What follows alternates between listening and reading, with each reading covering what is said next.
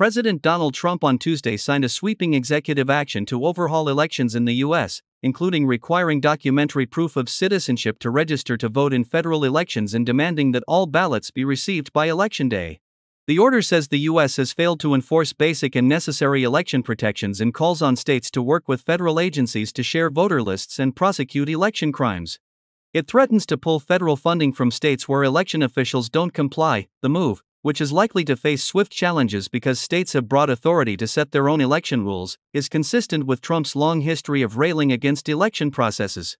He often claims elections are being rigged, even before the results are known, and has waged battles against certain voting methods since he lost the 2020 election to Democrat Joe Biden and falsely blamed it on widespread fraud. Trump has focused particularly on mail voting, arguing without evidence that it's insecure and invites fraud, even as he has shifted his position on the issue given its popularity with voters, including Republicans. While fraud occurs, it's rare, limited in scope, and gets prosecuted.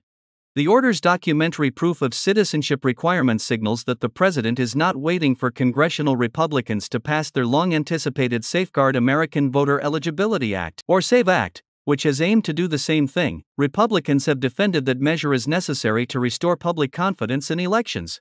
Voting in federal elections by non-citizens is already illegal and can result in felony charges and deportation. Voting rights groups have expressed concerns that the requirement could disenfranchise people. An estimated 9% of U.S. citizens of voting age, or 21.3 million people, do not have proof of citizenship readily available, according to a 2023 report by the Brennan Center for Justice and other groups. There are also concerns that married women who have changed their names will encounter trouble when trying to register because their birth certificates list their maiden names. Such hiccups happened in recent town elections in New Hampshire, which has a new state law requiring proof of citizenship to register to vote. Trump's order directs federal agencies, including the Department of Homeland Security, the Social Security Administration, and the State Department, to share with election officials federal data that could help them identify non-citizens on their rolls. It also says the Attorney General should prioritize enforcement of federal election integrity laws in states that don't share information about suspected election crimes with the federal government. The order aims to require votes to be cast and received by Election Day and says federal funding should be conditional on state compliance. Currently, 18 states and Puerto Rico accept mailed ballots received after Election Day as long as they are postmarked on or before that date, according to the National Conference of State Legislatures. Trump's order is likely to face legal challenges, given that the Constitution gives authority over elections to the states.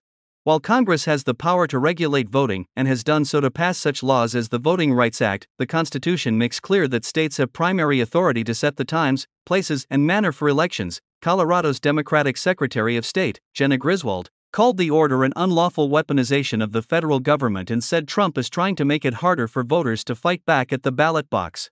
Democratic Representative Joe Morell of New York, the ranking member of the House committee that oversees elections, said the executive order is not just misguided, it is immoral and illegal. At least one Democratic attorney on Tuesday threatened legal action. Mark Elias, who has been the subject of Trump's ire, said in a social media post, "This will not stand. We will sue." The executive branch does have some authority over elections, said Justin Levitt, a constitutional law expert and former White House senior policy advisor during the Biden administration.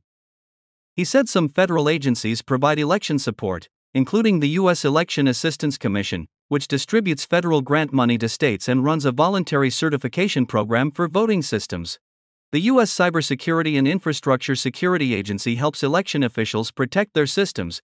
Former President Biden issued an executive order in 2021 directing federal agencies to take steps to boost voter registration, which drew complaints from Republicans who called it federal overreach. Trump has rescinded that order. Trump's order calls on the Election Assistance Commission to amend voting system guidelines to protect election integrity, including guidance that voting systems should not use a ballot that uses a barcode or QR code in the vote counting process. It said the commission should condition the funding it distributes to states on those new guidelines. Virtually all in-person voters in Georgia, as well as voters in several other states, use voting machines with a large touchscreen to record their votes. The machines then print a paper ballot with a human-readable summary of the voter's selections and a QR code, a type of barcode, that is read by a scanner to count the votes. It is not entirely clear how the executive order would affect Georgia and the other jurisdictions that use these machines. Representatives for Secretary of State Brad Raffensperger did not immediately respond Tuesday evening to messages seeking comment. Raffensperger issued a statement thanking Trump for the executive order, calling it a great first step for election integrity reform nationwide.